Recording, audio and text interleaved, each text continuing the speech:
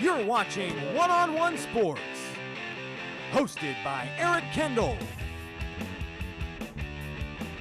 and Christian Bender, with resident experts Tom Waterman, Greg Brzezowski, and Alex Rosenbaum.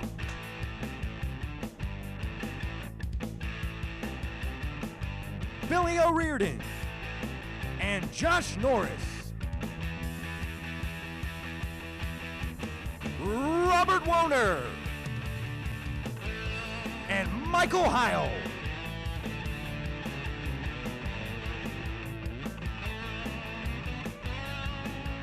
Paulo De La Feld and Alex Sharon.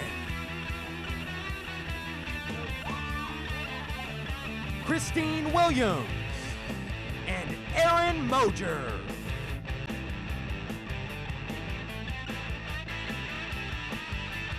Produced by Lindsay Humbert.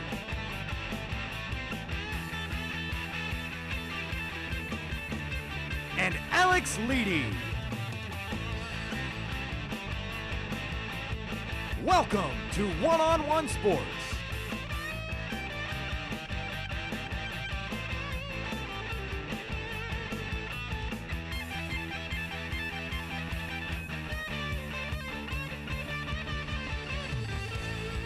Happy Thanksgiving and welcome to another One on One Sports. I'm Eric Kendall. And I'm Christian Bender. Today we are thankful to have a full slate of hot topics, so let's get things started. Eric, what in sports are you most thankful for? Okay, I'm pretty much thankful for this year-round, all the time. It's tradition in sports. It's what draws me to it. It's the pageantry of it all. Just that teams have these traditions. College sports are really good at it. Oh, yeah, You look no at doubt. Clemson running down the hill at the beginning of games, dotting the I at Ohio State, and then you have in basketball cutting down the nets when you win or go to the Final Four or something like that. Just those sorts of things really draw me to the sport. Those moments. It's great. It's great. Yeah, I'm going to go in a different direction here. I'm thankful for underdogs. Because Okay, the Yankees fan is an underdog fan. I am. I love the Interesting. underdog story. It's just Okay, those I'm things with in you. sports. You know, I got to be honest. I love to watch the best teams win. But when it's an underdog that wins, it's just there's something different about it. There's like a different kind of air around the champion. So, especially this year. I mean, with the two teams in the World Series, the Rangers and Giants, both teams underdogs in their respective championship series, and then the bigger underdog of the two in the World Series, absolutely dominating. I mean, something like that is just great. Okay, that's interesting. I didn't see you taking that stance. But keeping with the thankful mindset, Christian, what teams or what guy is probably the most thankful this year in sports? I got to go with Maurice Clarett, a guy who has Interesting. not been spoken up in Interesting. years. And Okay. here's why. Because after that whole NFL draft debacle, Uh-huh. he went to prison for several Yeah, things. sure. And now he's playing football again. I mean, he's almost exactly like Michael Vick, just a hero to zero to hero again. And while he's You not say he's playing, a hero No, again? well, he's playing in the UFL. I mean, 5 years ago, would you have ever said this guy had another shot of playing football? No. Yeah, well, you looked at him in college and you said he had a little bit of talent. He had a good amount of talent. I would go with that. The guy I think should be most thankful is Derek Jeter. This guy just came off one of the worst statistical seasons of his career in a contract year, and he's asking for a big amount of money. Probably going to get it from your New York Yankees. I don't. Yep, he is. He should be Can't thankful deny for it. that. The allegations that Cam Newton cheated while at the University of Florida and asked Mississippi State for money keep on coming.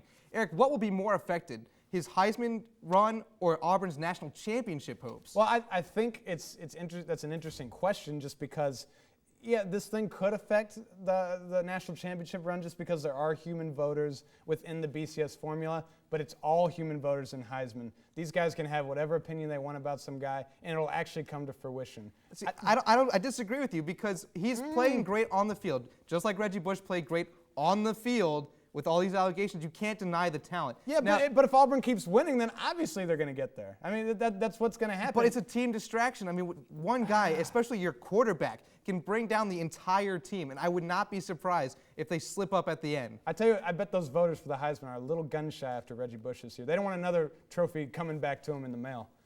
Last Thursday, the Atlanta Falcons defeated the Baltimore Ravens in comeback fashion. Matt Ryan is playing great and has his team at the top of the conference record-wise at 7-2. But Christian, are the Falcons the best team in the NFL right now? Yes, at home. Okay, They're 5-0 okay. at home, 2-2 on the road. Now, in my opinion, to be the best, you have to be able to win on the road. Matt Ryan, you can't say enough about how good this guy plays at home. I mean, he just that that game against the Ravens was phenomenal there at the end. Yeah, he's a great quarterback. They've got a lot of weapons, but I don't think they're the best just because they can't win on the road. Teams like the New York Jets, 5-0 on the road. The New England Patriots, while they lost some games on the road early, have come on so strong as of late. Listen, if you want to crown the Falcons now, go ahead and do it. It's the whole mantra of the NFL is these power rankings, and season to season, what you've done for me lately, I don't buy that at all. Who's going to beat the Eagles right now? That's what I don't know. Yeah, Michael Eagles Vick, are probably so the best good. in my mind. You always have to be thankful for the many inspiring performances that come during the NBA season. But where does Kevin Love's 31-point, 30-rebound game rank? Well, I don't really want to get into ranking because it's a great performance. It should be recognized. 31 points, 31 rebounds. That's a monster. Try doing anything 31 times. Hasn't happened since tiring. 1982. Moses Okay. Malone was the last guy to do it. So I don't put it very high at all. It's an early season game between two middle of the road You just teams. said no one's done it since Moses Malone. You don't put it high on the No, list? I don't, because it's a meaningless game. But It's still, the early in stats. the season between two mediocre teams. Why should I care about it? Yeah, was it a great game? Sure. But I'm I just don't saying, think anytime anyone does it like a triple-double, when Brandon Jennings did his triple-double, people were going crazy, youngest player to do it. It's a big deal, but I think 31 and 31 is more impressive than any stat. Time to take a quick break, but when we come back, I'm going to head over to Alumni Gym to talk about the hottest topic in the NBA, the Miami Heat. Don't go anywhere.